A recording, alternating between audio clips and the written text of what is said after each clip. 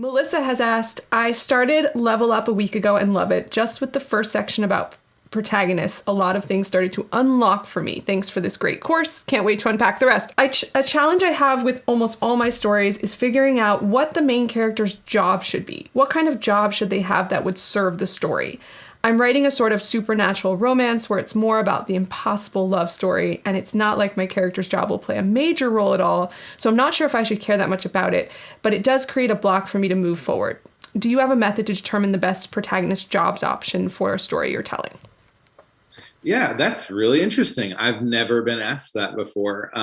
I think there's a couple things that come to mind. So the first thing that comes to mind is character position and power. That's what job can often necessitate, right? If you're writing something in medieval times, the hangman has a very different job than the king, right? And putting them in those positions is going to alter the course of your story for sure.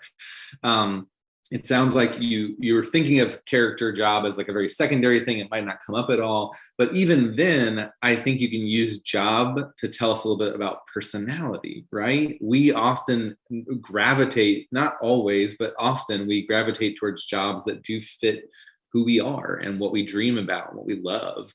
And so oftentimes I try to use the jobs or the duties that are bound up in my characters to tell us about who they are and how they function and how they view the world and that lens that they're seeing the world through.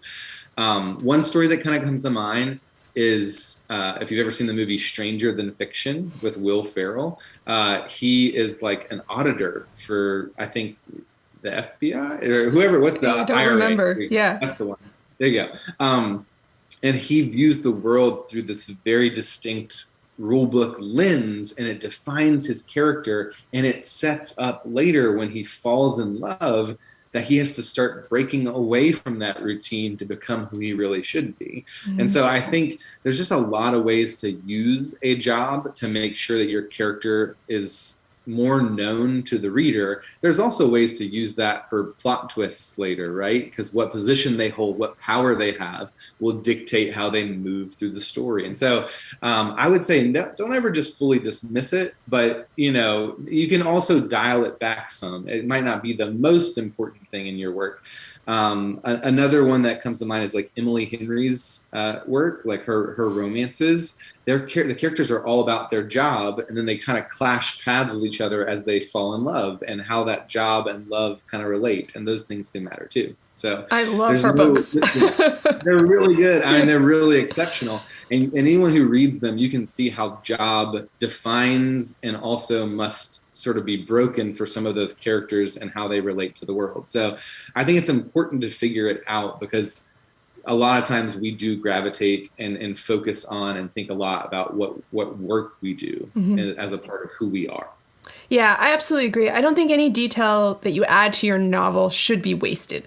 I think that, you have such limited, well, we sometimes we say we have limited space. Sometimes we say we have too much pages to fill. But I feel like when we have to cram so much information, particularly at the beginning, it can be useful to kind of find those little ways to get in information, like, oh, their job tells us something about them. So that's, great advice. Job is also a setting too, right? Mm-hmm. So like when you have one more setting and one more character that we can kind of see your character through, and who are they in this place versus at home, it's just one more way to kind of round out your character in a very real way. So definitely use that as a tool, I would say. Another one that comes to mind is, I don't know if you've read Eleanor Oliphant is Completely Fine. No, I haven't. Well, but what's interesting is there's kind of some juxtaposition, but she works for a design company, but she's not a designer. She's like, I think she works in the finance department or something. So the author uses that as like a way to kind of make her a step lower than everyone else. Like the designers are the cool kids, and she's like the nerdy finance person. So there's sort of a little bit of juxtaposition with her job to show where she is in the pecking order. Positioning is so crucial to how your plot unfolds. I mean, that's all really tangled up together, which is really nice. Yeah, great. One more piece of advice for Melissa is you could Google like those questionnaires that tell you what job you should have, and maybe answer it for your character and see if that illuminates anything. If you enjoyed this video, we've got a lot more on writingmastery.com. Check the description for links to our blog, free writing tools, and more. Happy writing.